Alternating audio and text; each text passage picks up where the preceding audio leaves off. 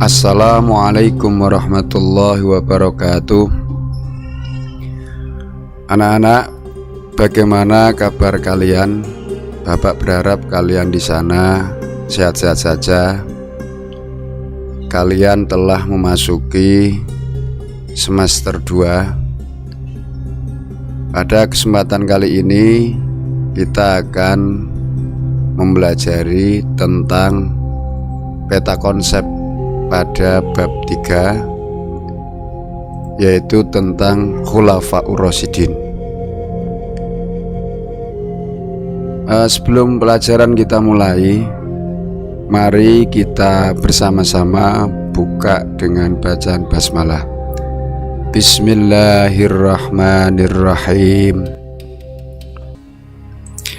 Anak-anak, peta konsep Khulafaur Rasyidin, yaitu yang pertama kita akan membahas tentang latar belakang munculnya Khulafaur Rasyidin, dimana pada subbab ini kita akan bahas dulu tentang pengertian Khulafaur Rasyidin. Jadi sebelum kita membahas lebih jauh tentang Khulafaur Rasyidin, siapa-siapa saja yang menjadi Khulafaur Rasyidin, kita akan bahas dulu apa sih sebenarnya Khulafaur Rasyidin itu sendiri, sehingga ini menjadi sebuah dasar memahami Khulafaur Rasyidin secara utuh, memahami hakikat Khulafaur Rasyidin, memahami konsep Khulafaur Rasyidin. Maka yang akan kita bahas dulu adalah pengertian Khulafaur Rasyidin. Di samping itu, kita akan bahas tentang latar belakang munculnya Khulafaur Rasyidin. Untuk kita tahu bahwa munculnya Khulafaur Rasyidin itu penuh dengan dinamika perjalanan sejarah para sahabat, sehingga kita perlu pula memahami tentang bagaimana latar belakang munculnya Khulafaur Rasyidin. Baru kemudian kita memasuki pada biografi Khulafaur Rasyidin. Jadi ini inti dari sebuah pembelajaran pada bab ini. Kita akan mempelajari tentang biografi Khulafaur Rasyidin, di mana kita akan mempelajari biografi Abu Bakar As-Siddiq, kemudian kita akan mempelajari Umar bin Khattab, kemudian kita akan mempelajari Utsman bin Affan, kemudian kita akan mempelajari Ali bin Abi Thalib. Nah, tentu di dalam pembahasan kali ini bukan hanya sebatas biografi, tetapi pada pembelajaran kali ini kita akan juga membahas atau mendalami bagaimana prestasi Khulafaur Rasyidin, di mana ketika kita mempelajari prestasi Khulafaur Rasyidin ini, harapannya kita bisa mengambil sebuah ibrah. Kita bisa mengambil sebuah ibrah bagaimana Abu Bakar As-Siddiq dalam mengukir prestasi, kemudian di samping kepribadian bagaimana Abu Bakar sendiri tekun di dalam menjalani amanah sebagai seorang khalifah dan sebagainya. Ini yang kelak ini akan kita contoh, artinya yang dapat kita teladani. Samping itu kita akan membahas tentang bagaimana prestasi Khulafaur Rasyidin. Ini penting kita pelajari, karena dengan pelajari prestasi Khulafaur Rasyidin ini, kita akan mengenal lebih dekat dengan tokoh-tokoh Khulafaur Rasyidin. Kita juga akan mendalami tentang bagaimana prestasi Utsman bin Affan, prestasi Umar bin Affan, dan yang terakhir adalah kita akan mendalami bagaimana prestasi Ali bin Abi Thalib.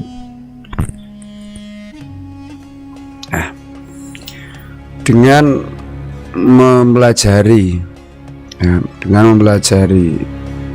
biografi serta prestasi Khulafaur Rasyidin ini, maka harapannya kita bisa mengambil keteladanan, kita bisa mengambil ibroh, ya, bagaimana sejarah Khulafaur Rasyidin. Sebab biar bagaimanapun prestasi-prestasi Khulafaur Rasyidin itu sampai hari ini masih bisa kita nikmati. Di antaranya adalah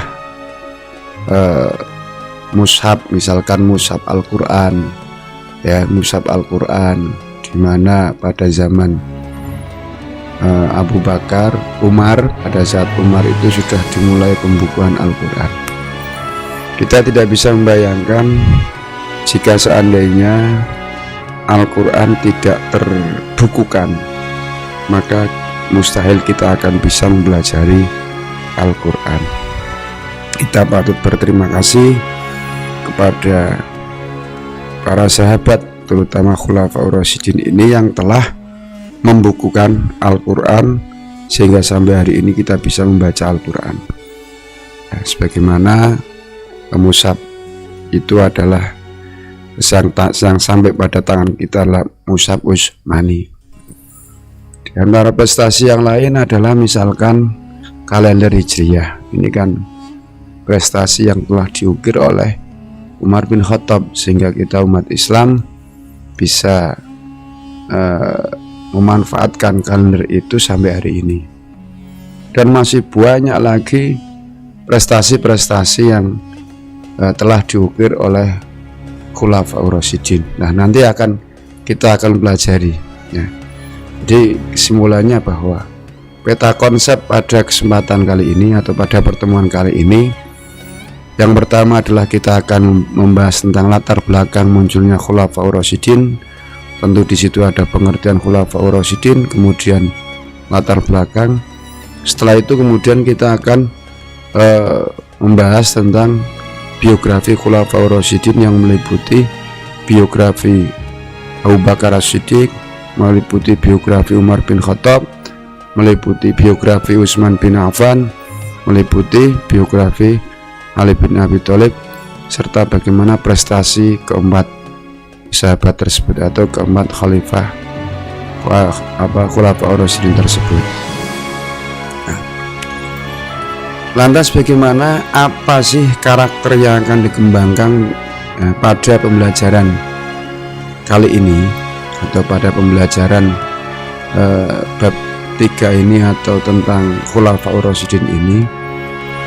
Yang akan dikembangkan, karakter yang akan dikembangkan adalah pertama takwa, ya, takwa. Ini menjadi sebuah acuan utama. Karena tujuan dari sebuah ilmu itu sebenarnya adalah mampu mendekatkan dan mengenalkan pada Sang Khalik. Jadi apapun ilmu, sebenarnya tujuan pertama adalah mengenal Allah dan kemudian menjalankan perintah dan menjauhi larangannya. Intinya itu, ya. Termasuk diantaranya kita mempelajari secara kebudayaan Islam. Ya, diharapannya dengan melalui sejarah ini kita dapat mengambil ibrah dan bisa meningkatkan ketakwaan kita kepada Allah. Nah, takwa ini yang akan dikembangkan terutama pada kompetensi inti 1, kan seperti itu. Yang kedua adalah gigih. Ya, banyak sekali ibrah yang bisa kita ambil, kegigihan para sahabat terutama Khulafaur Rasyidin, sehingga sampai hari ini kita kenal banyak prestasi yang diraihnya, ya. Jadi tidak, prestasi diraih itu tidak bisa lepas dari sebuah kegigihan dalam berjuang. Nah, kita tahulah Abu Bakar As-Siddiq itu perjuangannya bagaimana, Umar bin Khattab itu perjuangannya bagaimana, Utsman bin Affan juga bagaimana, Ali bin Abi Thalib juga bagaimana ya. Sehingga beliau-beliau ini sampai hari ini masih kita kenal baik ya, dan menjadi sebuah sahabat-sahabat besar ya, yang telah mengisi ruang sejarah besar pula, yaitu tentang Khulafaur Rasyidin. Kemudian karakter yang akan dikembangkan lagi pada pembelajaran kali ini adalah cinta tanah air ya, cinta tanah air. Harapannya apa setelah kalian mempelajari Khulafaur Rasyidin ini, tentang sejarah Khulafaur Rasyidin ini, kita akan memahami atau akan mengembangkan atau memiliki karakter cinta tanah air. Kenapa kok ada cinta tanah air?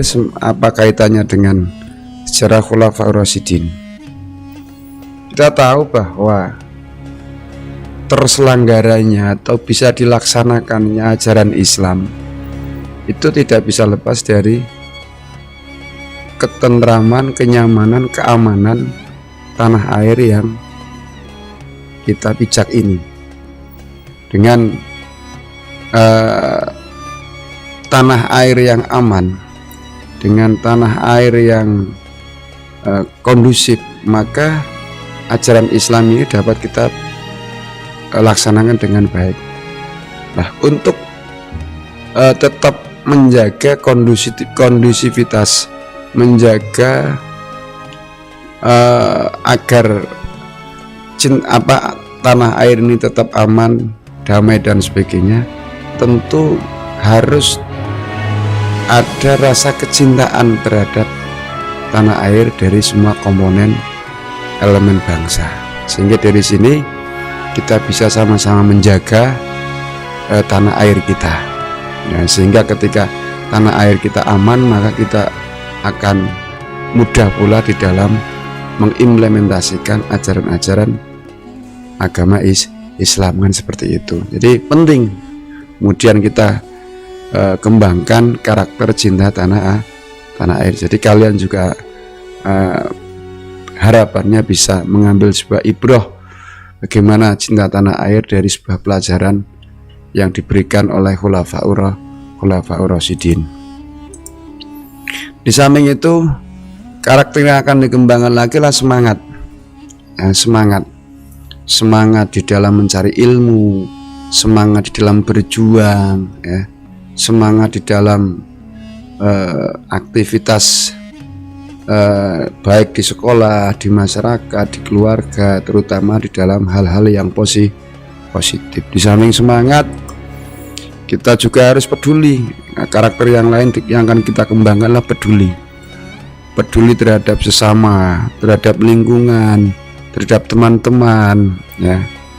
Jadi banyak sekali ibrah sebenarnya yang kita ambil dari Khulafaur Rasyidin ini, dari sisi aspek kepedulian para sahabat itu, para Khulafaur Rasyidin itu ya.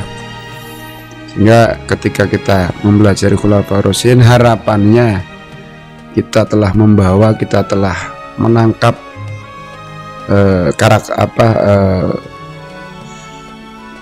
karakter-karakter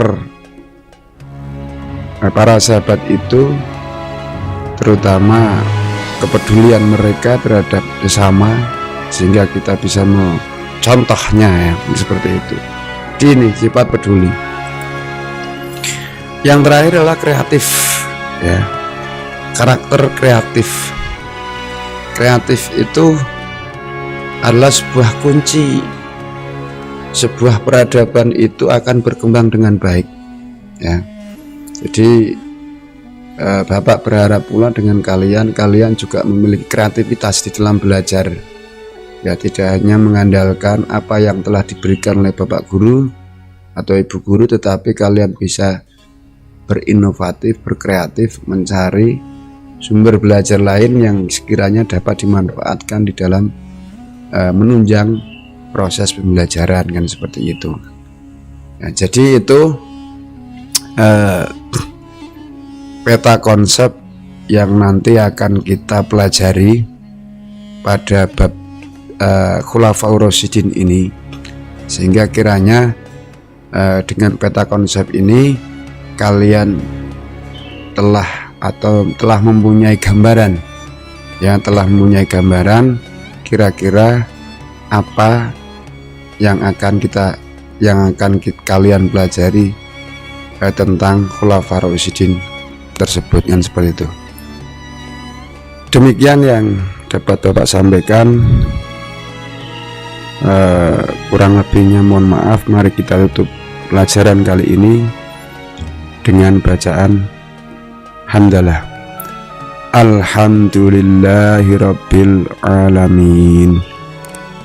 Demikian yang dapat Bapak sampaikan, kurang lebihnya mohon maaf. Akhirul kalam, wallahul muwaffiq ila aqwamit thoriq. Assalamualaikum warahmatullahi wabarakatuh.